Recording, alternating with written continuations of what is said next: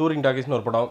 ஞாயிற்றுக்கிழமை பேசாமல் வீட்டில் இருந்துருக்கலாம். சாப்பிட்டு கிஃப்ட்டு எதனா ஒரு 5-6 பாட்டை கேட்டுட்டு ஒரு 4-5 ட்வீட்டை போட்டுட்டு தூங்கியிருக்கலாம். சரி நாம் வந்து ரிஸ்க் எடுக்க ரஸ்க் சாப்பிட்ற மாதிரி அப்படின்னு நினச்சிக்கிட்டு இந்த படத்துக்கு போனேன். என்ன சொல்கிறது, எதிர்பார்த்து தான் காத்திருந்தது அப்படின்னு சொல்லலாம். அதாவது வந்து எப்படின்னா, அந்த சரணா ஸ்டோர்ஸில் துணி வாங்குற மாதிரி ஒரு பேண்ட் எடுத்திங்கன்னா இன்னொரு பேண்ட் ஃப்ரீன்னு சொல்கிறாங்களே, அந்த மாதிரி இந்த ஒரு படத்துக்கு போனீங்கன்னா 2 படம் உள்ளே இருக்குது. ஸோ 2 படம் பார்த்துட்டு நீங்கள் வரலாம். அதுதான் அந்த படத்தில் வந்து ஒரு பெரிய ப்ளஸ் அப்படின்னு சொல்லலாம். மற்ற என்ன ப்ளஸ்ன்னு கேட்டிங்கன்னா தெரிலங்க, தேடணும். ஃபஸ்ட்டு பார்ட் வந்து ஸ்பாய்லர்ஸ் இருக்குங்க, அதாவது கதை சொல்லுவேன். ஏன்னா அது ஒரு பெரிய ஒரு இம்பேக்டை க்ரியேட் பண்ண போகிறதில்ல அப்படின்னு ஒரு நம்பிக்கை. எஸ்.ஏ. சந்திரசேகர் வந்து தன்னுடைய முன்னாள் காதலி 50 வருஷத்துக்கு முன்னாடி காதலிச்ச ஒரு பொண்ணை வந்து தேடி சிம்லா போவார். ஸோ அங்கே போகிற அந்த ஜேர்னியில் வந்து ஃப்ளாஷ்பேக்கும் வந்து வரும். அப்புறம் போய் எப்படி காதலி சேர்றாரா இல்லையா, மோதிரத்தை கொடுக்குறாரா இல்லையா, டைவ் அடிக்கிறாரா இல்லையா, அப்படி சும்மா ஒரு ரொமான்டிக்கில் கூடுறாரா இல்லையா, இதெல்லாம் தான் வந்து கதை ஃபஸ்ட் ஹாஃபில்.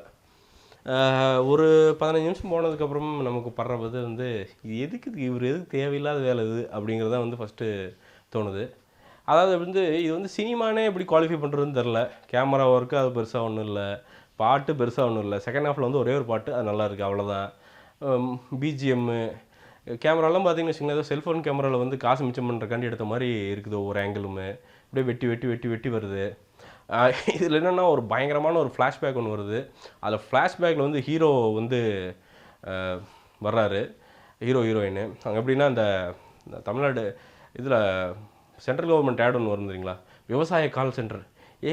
அவங்க தான் உங்கள் மச்சானா அப்படின்ட்டு சம்திங் ஒரு மாதிரி ரொம்ப ஆர்டிஃபிஷியலாக வரும் பார்த்தீங்களா, அந்த ரேஞ்சில் தான் வந்து டைலாக்ஸ் எல்லாம் இருக்குது. பார்த்து சிரிக்கிறதா அழுவுறதான்னு தெரியல. இதில் நடுவில் வேறு கில்மா வேறு. பார்த்தா U/A அப்படின்னு சர்டிஃபிகேட் போட்டிருக்கு. அது பார்த்தா ஒவ்வொரு ட்ரெஸ்ஸாக அவுத்துக்கிட்டு டான்ஸ் ஆடிட்டு இருக்குது ஹீரோயின். அது கேட்டால் பீரியட் ஃபிலிமாக அது போட்டிருக்கிற ஷார்ட்ஸ் எல்லாம் வந்து 2014 ஷார்ட்ஸு.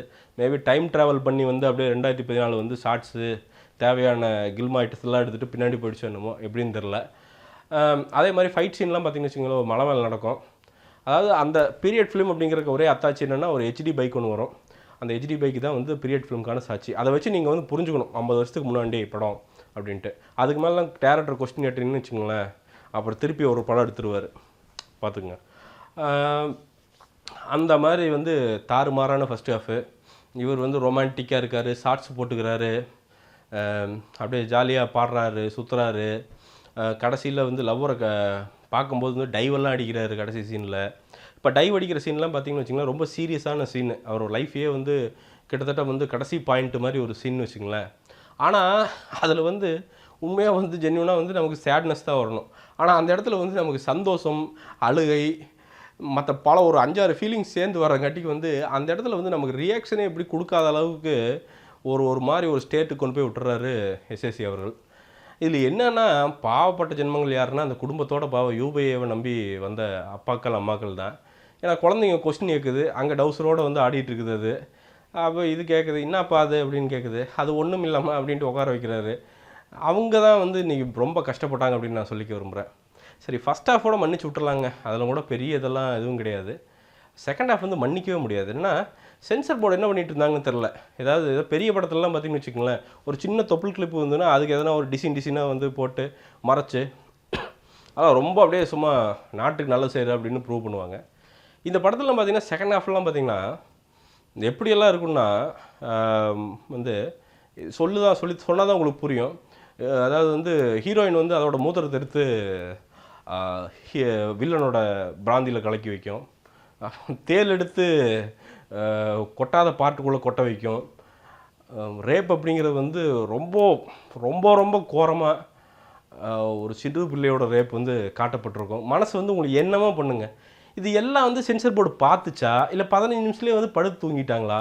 படுத்து தூங்கிட்டு அதுக்கப்புறம் வந்து நீங்களாக பார்த்து எதனா பிளர் பண்ணிங்கப்பா, உங்களுக்கு என்ன சர்டிஃபிகேட் வேணும், வேணுமா, U/A வேணுமா, A வேணுமா அப்படின்னு கேட்டுட்டு வந்து அது பிடிச்ச சர்டிஃபிகேட் வந்து நீங்கள் இவங்க பாட்டுக்கு எடுத்துகிட்டு வந்துட்டாங்க அப்படின்னு நான் நினைக்கிறேன். எனக்கு தெரிஞ்சு இந்த படத்துக்கு இல்லாட்டி A+ கொடுக்கணும் அதுக்கெலாம். ஏன்னா அவ்வளோ வந்து வல்காரிட்டி கிடையாதுங்க. அதாவது வந்து சும்மா ட்ரெஸ் இல்லாமல் நிற்கிறது மட்டுமே வல்காரிட்டி கிடையாது. அந்த டயலாகோடைய இன்டென்சிட்டி, ஒரு பொண்ணு ட்ரீட் பண்ணுற விதம் அப்படிங்கிறதெல்லாம் வந்து நீங்கள் பார்த்தீங்கன்னா ரொம்ப எக்ஸ்ட்ரீமாக சில சீன்ஸ்லாம் இருக்கிறப்போ அப்படிங்கிறப்போ எப்படி இதை வந்து இதுக்கு யூபிஐ எப்படி அக்செப்ட் பண்ணாங்க அப்படிங்கிறதான் வந்து பயங்கர கோவத்தை வரவழைக்கதாக இருக்குது. ஏன்னா அங்கே குட்டி குட்டி பொண்ணுங்க உட்காந்துருக்குறாங்க. அந்த பொண்ணுங்களுக்கு வந்து அந்த ரேப் சீன் நடக்கும்போது அதுக்கு என்னன்னு தெரியாமல் வந்து முழிக்குதுங்க உட்காந்துட்டு. அவங்க அப்பா அதுக்கு மேலே முழிக்கிறாரு. எந்திரிச்சு போக அது சரி தொலைஞ்சு போட்டது 120 ரூபான்னு எந்திரிச்சு போனாலும் பரவாயில்ல, அவனு அந்த 250 ரூபாய்க்கு உட்காந்து படம் பார்த்துட்டே போகணுன்னு தான் உட்காந்துருக்காங்களே தவிர பொண்ணுங்களையோ பையனையோ கூப்பிட்டு வெளில போக மாட்டுறாங்க. ஸோ அது வந்து சரியான கடுப்பாயிருச்சு. இருந்தாலும் அந்த செகண்ட் ஹாஃபில் அந்த நடிச்சிருக்கிற பொண்ணு, அந்த பொண்ணு வந்து பாவம். இந்த படம் வந்து எவ்வளோ பேர் பார்ப்பாங்கன்னு கூட தெரியாது எனக்கு. அண்டர் கேகன்ஸ்னால் போனாலும் போயிடலாம். பட் அந்த பொண்ணு அவங்க அந்த ஹீரோயின் அவங்களுடைய ஒர்க் வந்து ரொம்ப நல்லா இருந்துச்சு.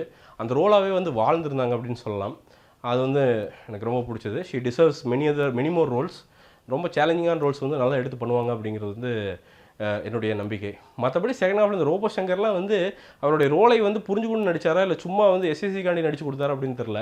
ரொம்ப கேனத்தனமான ஒரு ரோல் அதெல்லாம். இப்படிலாம் ஊரில் இருக்காங்க இல்லைங்கிறல. பட் இது எல்லாம் கொண்டு வந்து நீங்கள் வந்து சினிமாக்குள்ளே வைக்கணும் அப்படின்னு இல்லை.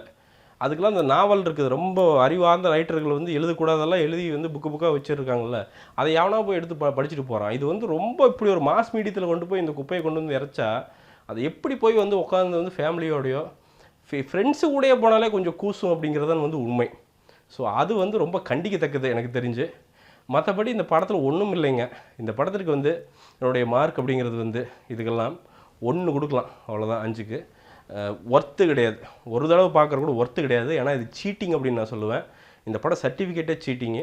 ஸோ அதை மாற்றினாங்கன்னா வேணால் வந்து இது ஃபஸ்ட்டு கன்சிடரேஷன் எடுத்துக்கலாம் அப்படின்னு நான் நினைக்கிறேன். மீண்டும் ஒரு விமர்சனம், முன்னோட்டம் இல்லாட்டி வீடியோவுடன் கூடிய விரைவில் உங்களை சந்திக்கிறேன். நன்றி, வணக்கம்.